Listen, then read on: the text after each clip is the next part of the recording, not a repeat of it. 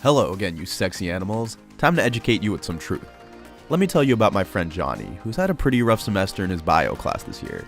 I mean, fair enough, his teacher was an absolute bore, who in his defense was able to inspire kids to chase their dreams, just so they'd never have to see another bio lesson again. So he walked home with his report card, nervous for what awaited him back home, but he composed himself and put his stories in place. Oh, the teacher forgot to grade one of my assignments, he'll be updating it soon. Oh, he also messed up the last exam, too soon to be recorded in the report card. Johnny made sure he stopped shaking, walked in the front door with confidence, and sold his spiel. And yet, the scolding came anyway.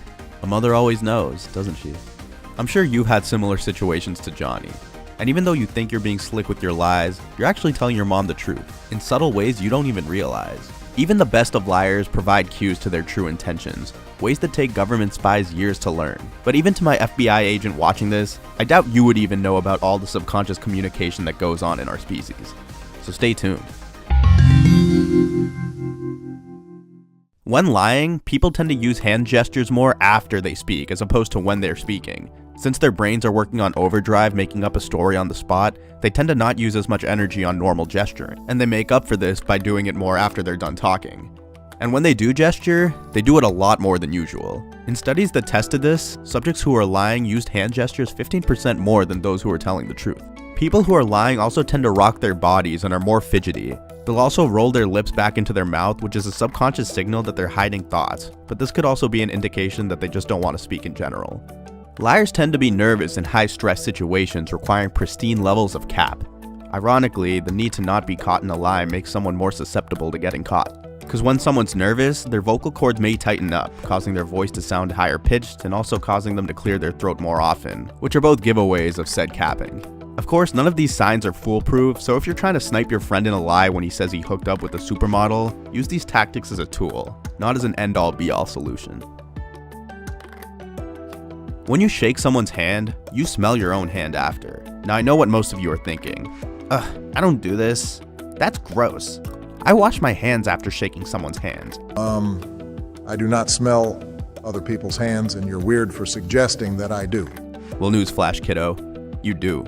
You're basically a dog smelling another dog's deuce, just a tad more subtle. Here's the thing. We touch our faces all the time, way more than you think, about 12 times an hour. And here's another unbelievable, mind-blowing fact.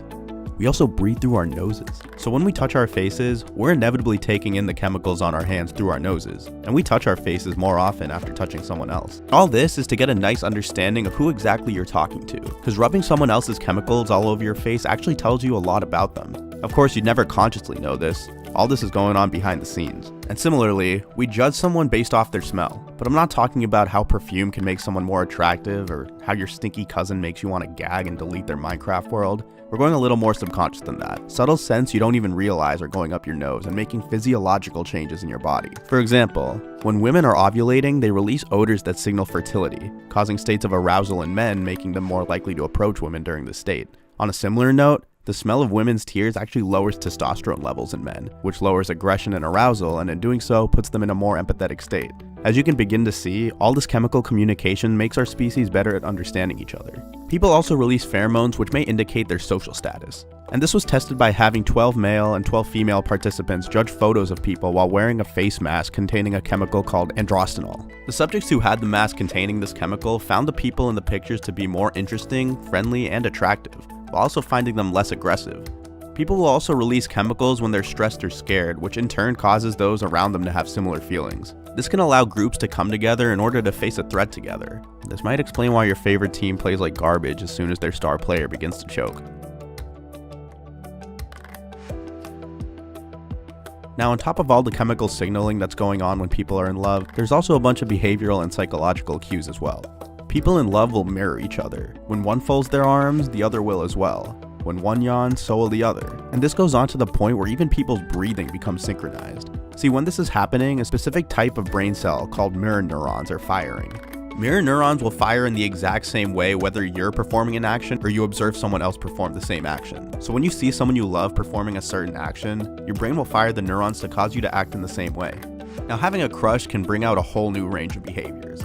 Like when you're looking at someone you're quite fond of, your pupils will dilate, pretty much like you're on hard drugs.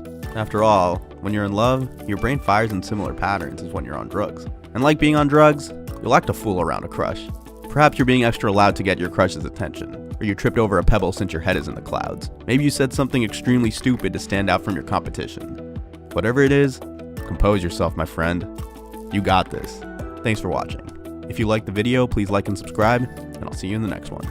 Peace.